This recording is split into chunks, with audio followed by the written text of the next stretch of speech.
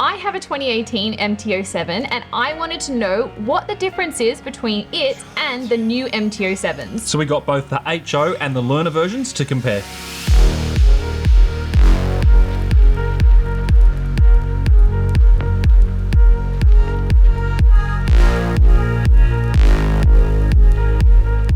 So Tegan owns a 2018 Learner legal version, or as it's called in Australia, a LAMS version, and we had both the LAMS version and the HO on loan to compare.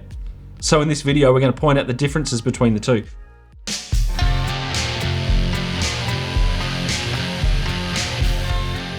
So the first thing for me is the power and the torque, and I mean MTs, they're called MTs or massive torque for a reason because the torque is impressive.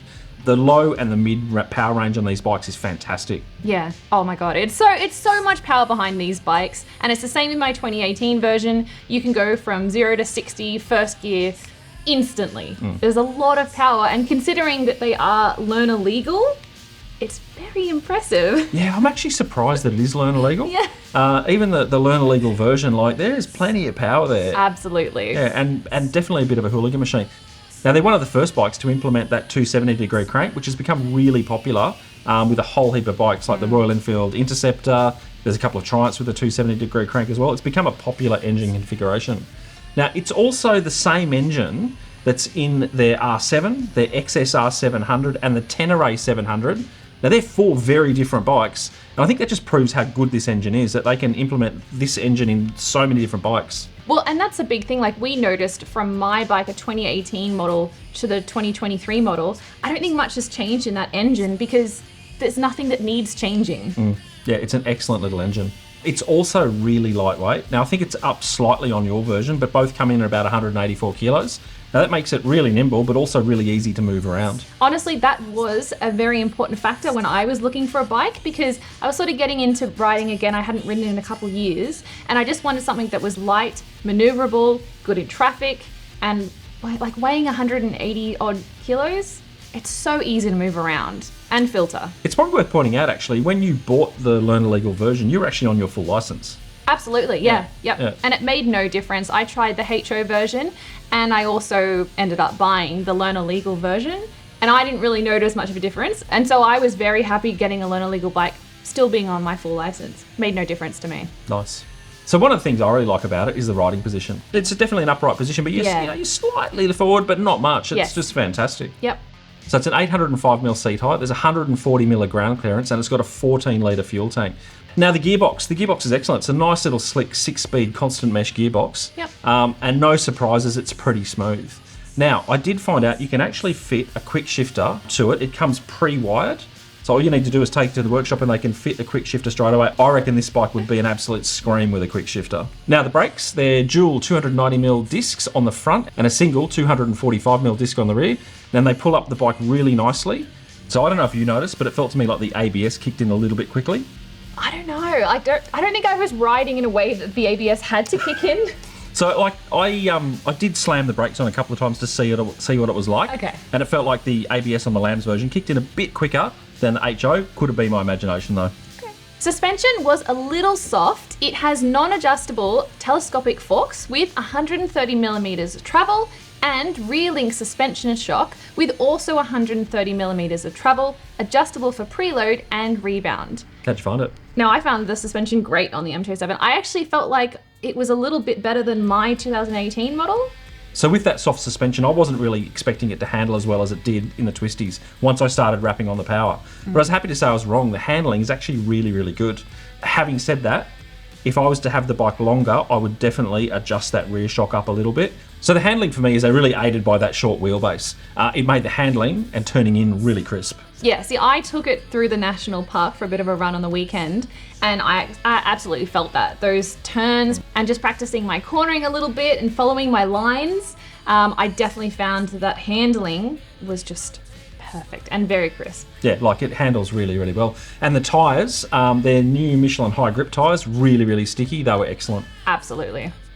The fuel economy, I didn't notice it on the HO, although I assume it's about the same, but I was riding into work the other day, I was on the M8, and the fuel economy was reading between 2.5 and 3 litres per 100 kilometres, which I think is absolutely insane. Yeah. Like that's absolutely fantastic fuel economy for this bike. Once I started wrapping on the power, it probably went up to about 4.5. But to sit it anywhere around that 3 mark is fantastic. Yeah, it's still incredible, and look, any money you can save on petrol is great. Well, I mean, that fuel economy is right up there with my Royal Enfield Meteor, which is a single 350. So that's very, very impressive the way they've tuned this engine. Yeah. The mirrors for me were absolutely fine. I really like them. They're very easily adjustable, and it's got good range as well. And I kind of like the kind of angular. Yeah, I mean, it's not severe, but it's got it suits the bike with those angles. yeah, the angles on the mirrors definitely suit the shape of and the design of the bike 100%. Now, the headlight. This is a weird one, because when we both saw it and picked it up, we both went, I don't like it. not really a fan, until you turn it on. Yeah. I thought it was just the little bulb at the front, and it just looks a bit dorky. I don't know, when you've got all these really nice angles, and then you've just got this little circular bulb at the front. I don't know, it just looked a little odd, but as soon as you turn it on, you've also got those side LEDs that light up as well, and as a whole, it actually then looks really cool, and even the colour just was quite impressive. When they're off, I think I prefer the look of your headlight. Yeah. And I think that's been a pretty common gripe with a lot of people saying, oh, I don't like the new look of the headlight. Yeah. But once it's on, it actually looks pretty good. So, yeah, that for me gets a bit of a thumbs up. And also just riding it at night, I found that the light itself was good, gives a nice sort of sweep in front of you, and I was very happy with the amount of light that it provided as well. So the LED indicators are a little bit smaller than the ones on the 2018 version. I thought they looked really good and suited the aesthetic of the bike. And in terms of electronics, it's pretty basic, which I quite like. So it's got ABS. It's also got the My Ride app, which links to the TFT, and you can connect your smartphone up to it.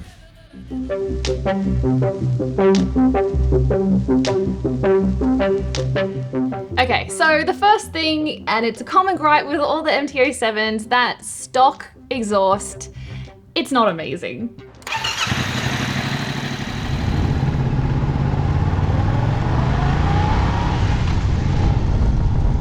It does actually sound a little bit better than my 2018 exhaust, but in saying that, it could be louder. Yeah, if I own one, the first thing I do will put an aftermarket exhaust on, and we really couldn't tell the difference between the HO and the Learner legal version in terms of the exhaust. Yeah. They both sounded pretty similar. Nice note, but yeah, it could be a bit louder. Yeah. So in terms of colours, I think they're a little bit bland. Both versions come in Midnight Cyan, Icon Blue, and Tech Black. Now the Midnight Cyan was the Learner version that we had, and the Icon Blue was the HO version. Out of those two, I probably prefer the Icon Blue. How about you? My preference would be the Midnight Cyan, but overall, I just wasn't a fan of that glossy tank on either of them, but particularly on that Icon Blue. I just don't like it. I would much prefer the more matte look, which my bike comes in, but all of these versions are only gloss. But me, being older and wiser, I prefer the glossy versions. But let us know what you think. Would you prefer the glossy or the matte paint on the tank?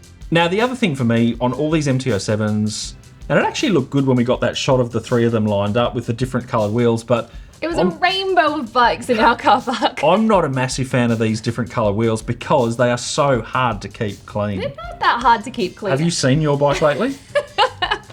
Okay, I will say yes, they do show the dirt and the mud more easily on these bikes. Particularly on the rear wheel. So for me, the controls were a little bit plasticky. They were easy enough to use, but not as high quality as I'd probably like. The other thing, probably the main thing for me, is that awkward key position. Yeah. Like it's really tricky to get the key in and out and turn it on.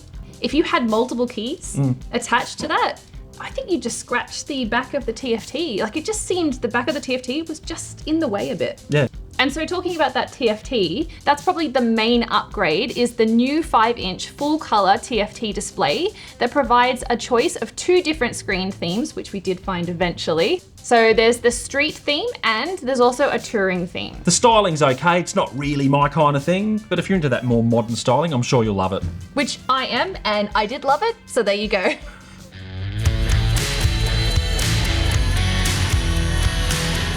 Hey Tegan. What's the funniest motorcycle brand? Oh God, what? A Yamaha ha ha ha ha. Look, it's basically a modern version of the universal Japanese motorcycle. And you see a lot of them on the road, so obviously it's really popular and for very good reason. It's a good bike and it's very easy to commute on and it's fun through the twisties. Now we both swap bikes fairly regularly over our course of the 2 weeks with them. And apart from commuting, I did a ride with some mates up to Annangrove to the side of the old Amaru Park Raceway. And the MT07 was great fun. The handling's excellent and it's a bit of a hooligan machine. So really my kind of bike, except for the styling. If I were looking at a bike like this, I'd probably go for the XSR range. but I can appreciate if you're into more modern styling, then the MT07 is a great option. So for me, in terms of grin factor, it sits at about an 8. How about you? I just had such a blast on that bike. I think it's such an incredible bike, whether you're on your learners or even just on your full license and you just want a smaller bike that you can both commute on through traffic, but you can also just have a blast through the park on it. I would give it a 9 out of 10. I love that bike. So we need to point out, though, that you mostly spent your time on the HO version, although you did ride the Lambs a little bit, yeah? Yes, so I took the HO through the park, and then most of my commuting was on the Learner's bike. But in saying that, I mean, the engine is exactly the same as my 2018 model. Not a huge difference. Now, it's interesting you say that because I didn't really notice a difference when I was just riding it normally. But if you do give it the beans, from about 8,000 RPM, the HO version, there is a noticeable difference in power. It just kept building and building. The way the power on that HO, like it is absolute hooligan machine. The Lambs version is a 655cc parallel twin with 57.5 newton meters of torque. There is a 2mm increase in the bore on the HO, making it a 689cc parallel twin with 68 newton meters of torque.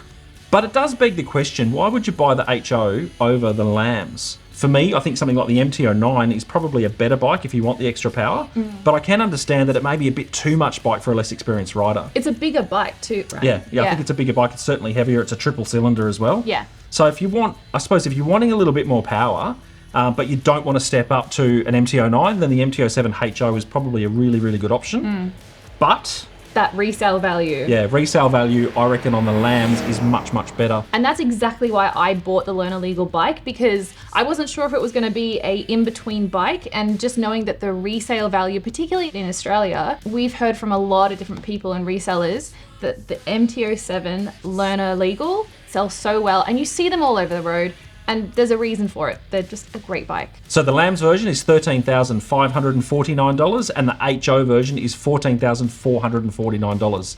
Now, by way of comparison, the MT09, which is a 900cc triple, is $16,399, so substantially more. Yeah. At the end of the day, both the HO and the Learner Legal versions are great bikes that have sold very well for Yamaha since they were released in 2014 and 2015 respectively.